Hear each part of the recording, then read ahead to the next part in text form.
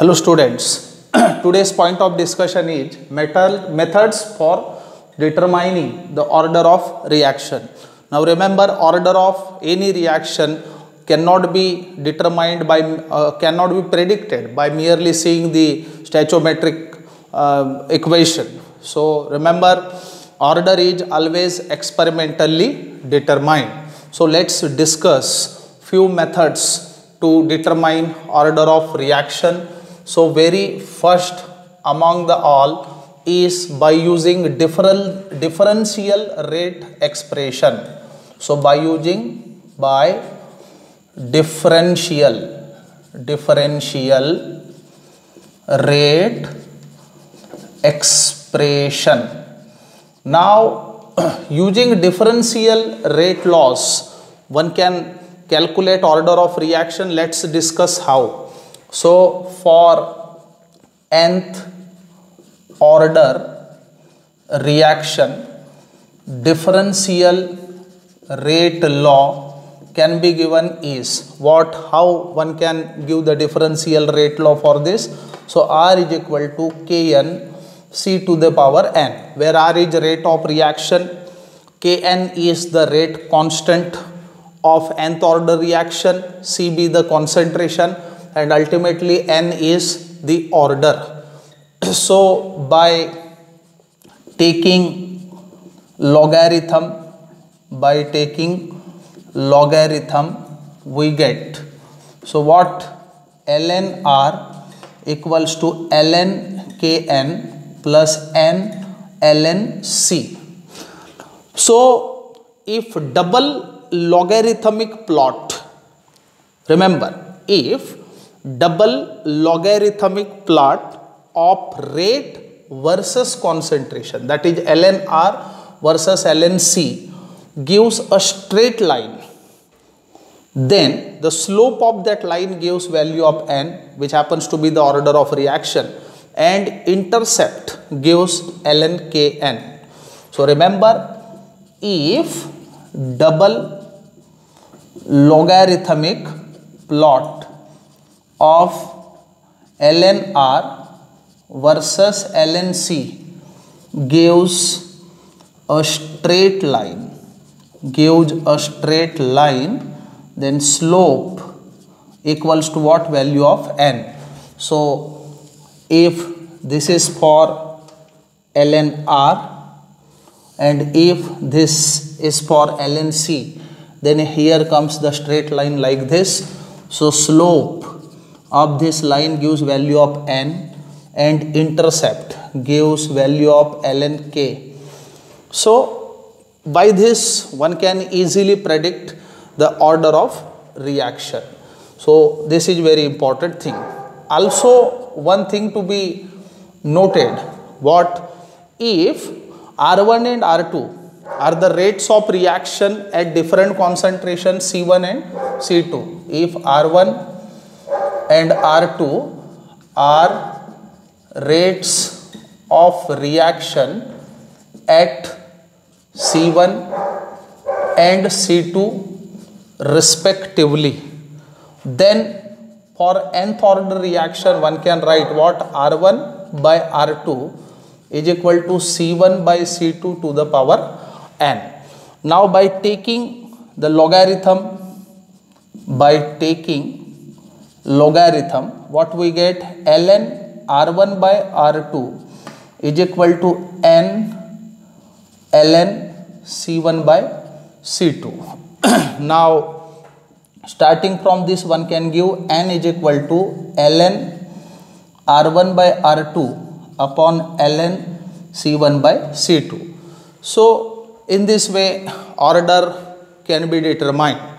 So this is very first method, that is by using differential rate expressions. Now second, by using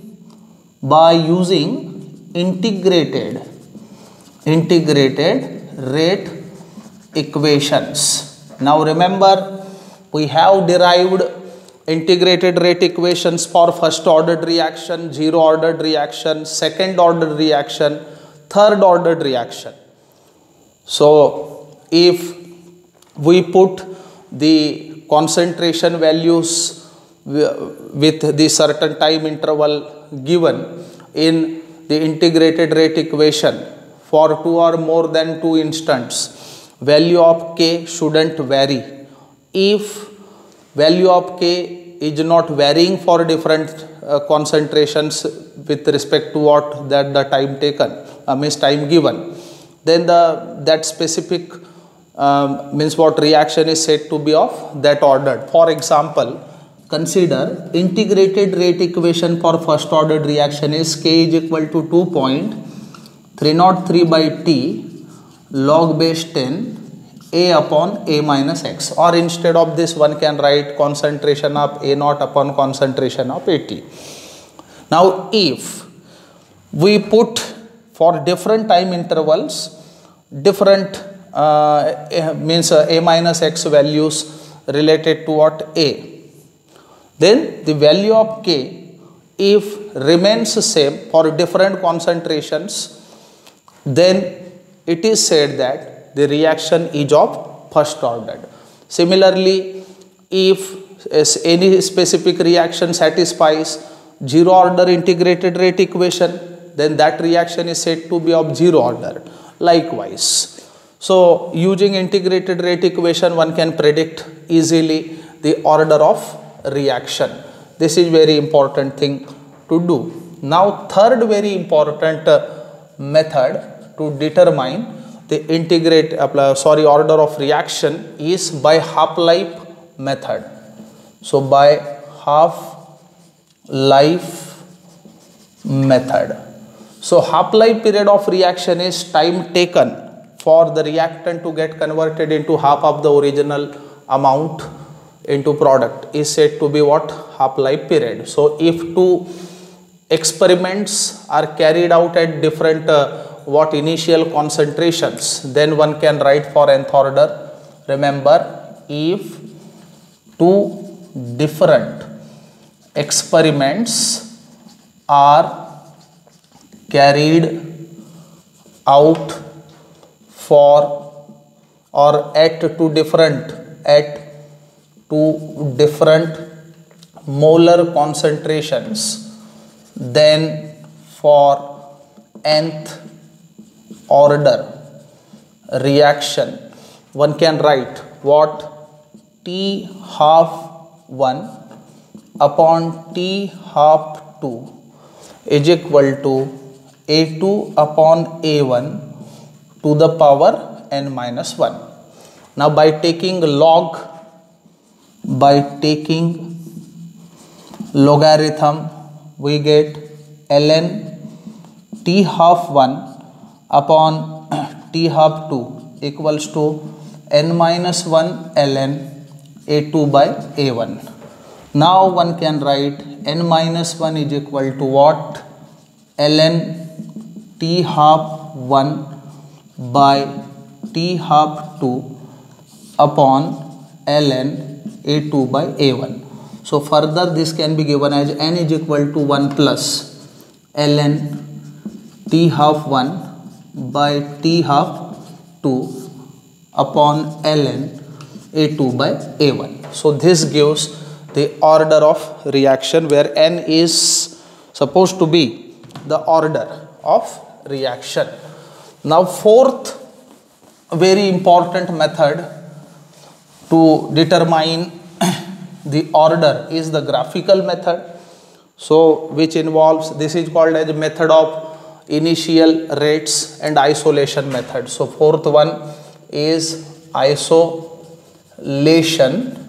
and method of initial rates. Now consider hypothetical reaction of type AA plus BB gives CC plus what? DD. Now suppose rate law is what?